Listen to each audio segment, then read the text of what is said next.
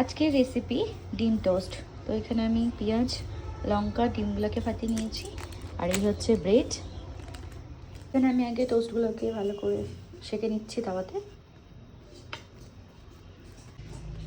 ব্রেডটাকে এখানে ডিপ করে নিলাম। দেন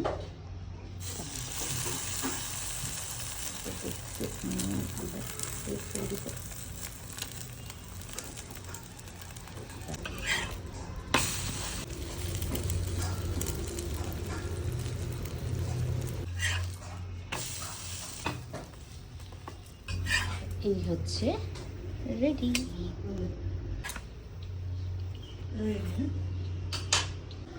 এর মধ্যে এবার আমি কিছু অ্যাড করব। এখানে অ্যাড করব অরিগানো,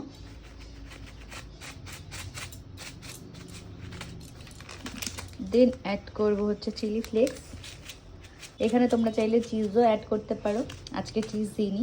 আর সসও দেওয়া যায়, সসটা যেহেতু আজকে আমার কাছে নেই।